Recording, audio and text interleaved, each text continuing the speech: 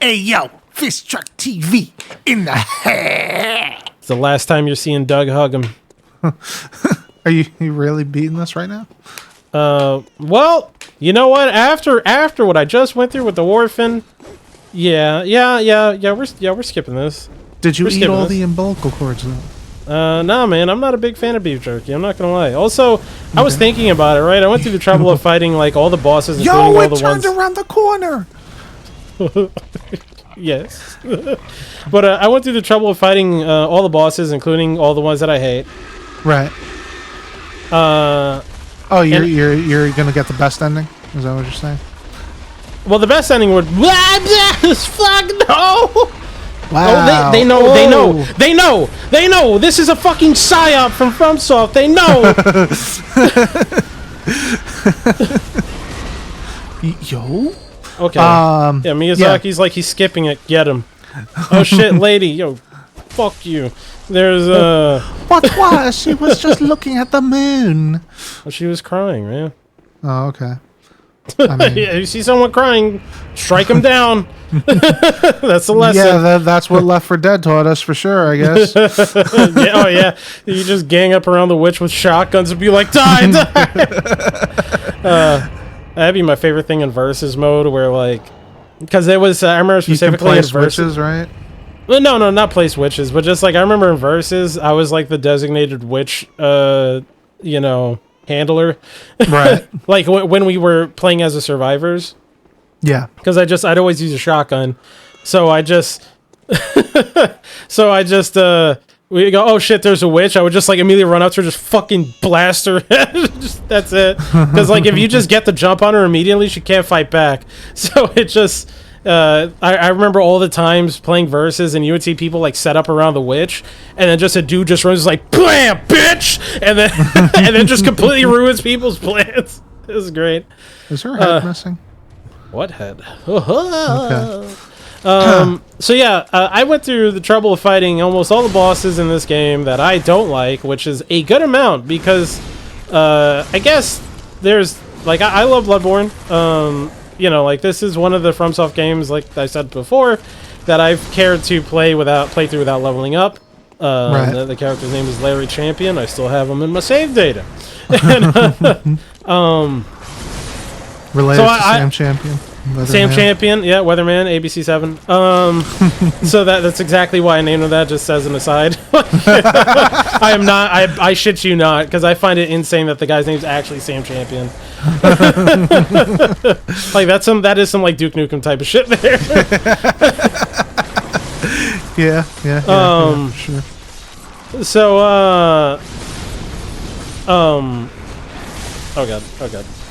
I'm one phase this guy. You keep saying I was there the whole... No, you died immediately. I did die. You died immediately and left me by my lonesome. Man, kind of went into this phase a bit earlier than normal. Yeah. You definitely don't have him to half health at all. Yeah.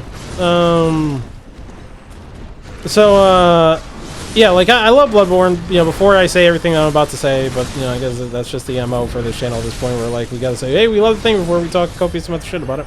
Yeah. I love Bloodborne, but, like, half the bosses in this game suck dick. Like, they're not good. Half the areas in this game are not fun. Like, it's just throwing shit at the wall and seeing what sticks, honestly. Or, like, maybe, if not half, like, I would say at least a third.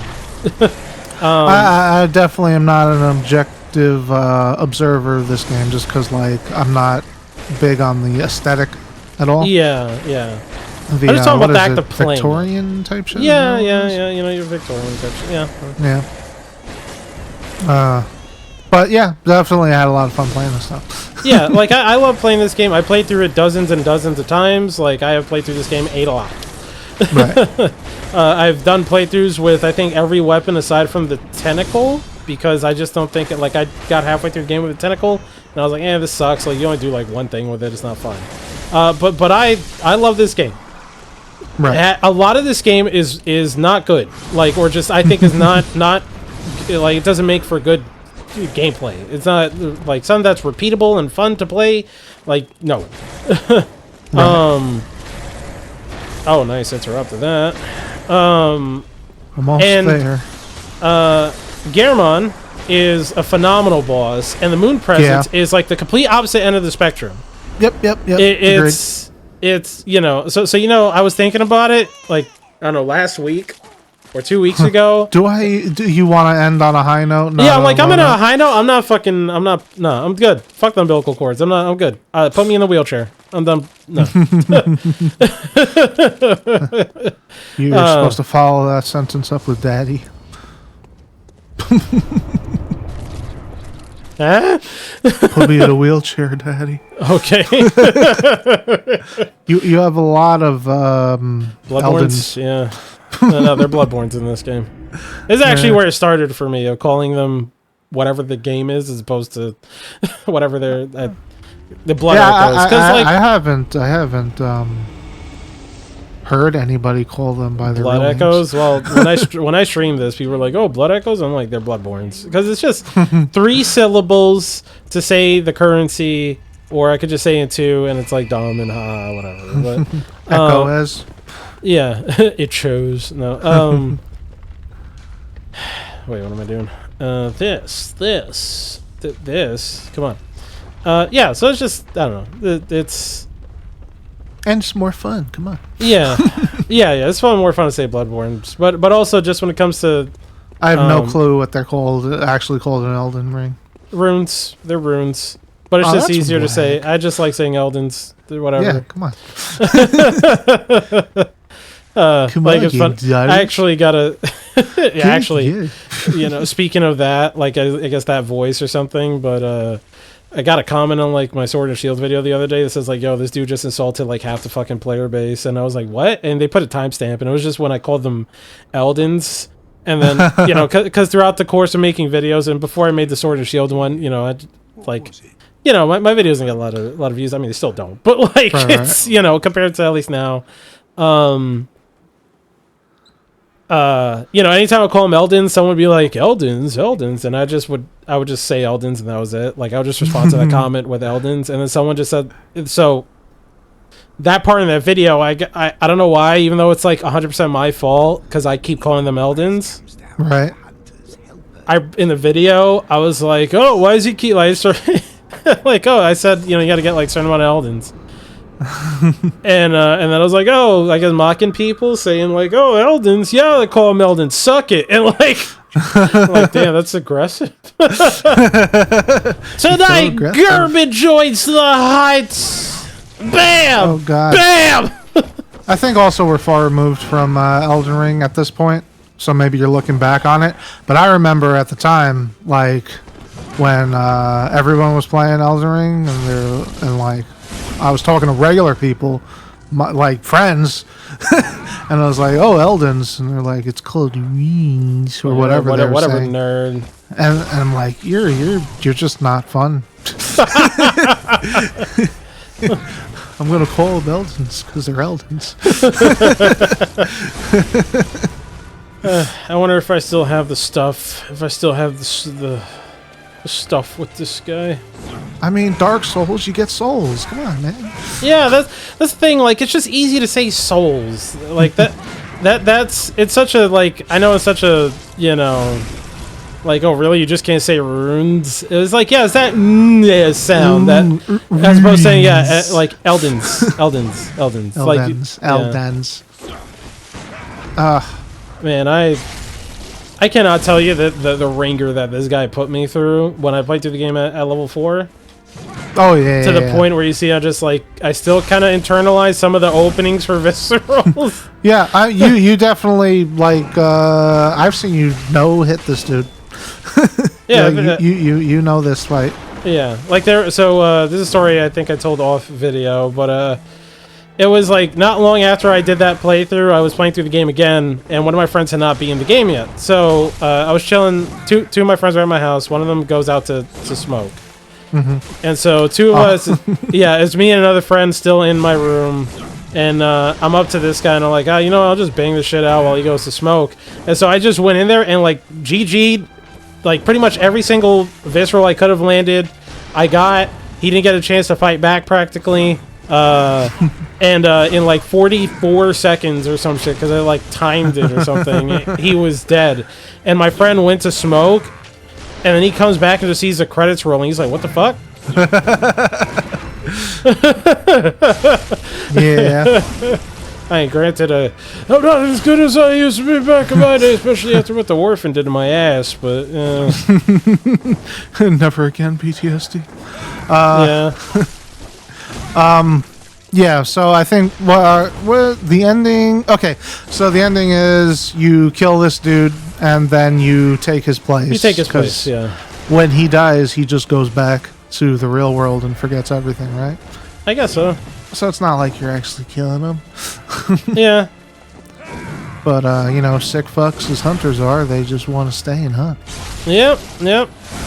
But yeah, this is like a phenomenal. It's crazy that they would put the stupid fucking moon presents after this, man. Like, God. You know, because it's just it's another monster boss. It's another monster boss that, you know, just like some of the hitboxes on it are fucking like.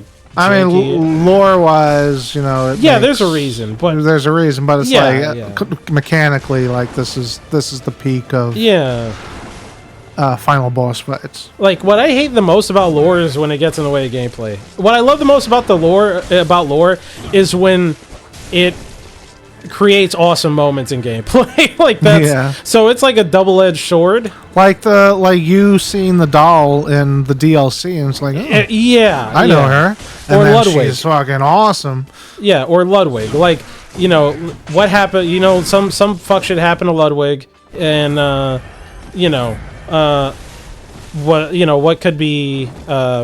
Ooh, that's a scary move. Yeah. Some shit happened to Ludwig. You hear about him, like, I'm using his sword right now. Or, you know, the sword that's in the... Okay, that's so unlike you to do that. God, English. And so when you finally see him and you see, like, he's this monster, like, oh, damn, like, you know, he got it bad. But then he gets up and he gets the sword and the music kicks in and you're like, oh, this is that, like, okay, you know, it's still him. He's still him, okay.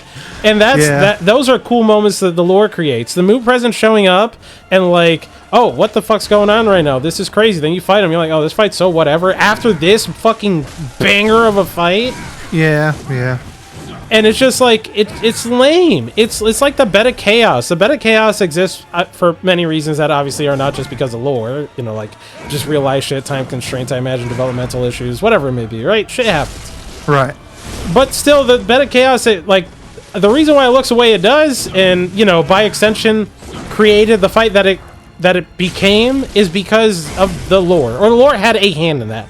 And I would say, without a doubt, that somewhere along the lines, that fight became that fight, and like due to some part of the lore. Oh, like they fucked with the tree shit or whatever. She became a monster. She became this tree thing, whatever it is. Right. And it created this dog shit fight. Like, that's what I hate. Like, that's sometimes with the lore shit that kills me. Yeah, it's like the fight. If you have such a build up. Or even the position of the fight. So the downfall of the next fight, like if you eat all the umbilical cords, is because it's prefaced by this awesome fight, and then the next fight should be better. But like, don't. It's fine. Oh god! Oh, ooh boy. So yeah. That was scary. Yeah, either I'm trash or like when I did this when I was level 4, that was on accident, I swear, but that was good timing. But lore should like boost up a fight, and like I think I may be wrong. I don't really have a pulse on the community, but I think the most popular one was I think it was Dark Souls 1 or 2 where you fight the knight. Oh, Dark Souls. Dark Souls. Wait, I'm not sure if. Well, I would say Dark Souls 1 with Artorias. Yeah, that one. That's Artorias you hear about in the game when you fight Sif. the wolf. Yeah. You know, it's the grave of Artorias. You have to wear the Covenant of Artorias ring to fight the four kings. So, like, even if you're not into the lore, you catch whiffs of him. Yeah. He's like first and foremost of like, hey, this guy's a legend inside this game. Yeah, and then you meet him in the DLC and you fight him, and he's mega hard, like definitely way harder than everything that's in the base game. And it's like, he's him. He's him, and he has a broken arm when you fight him. So it's like, he's not even at full power, but he's like mega hard.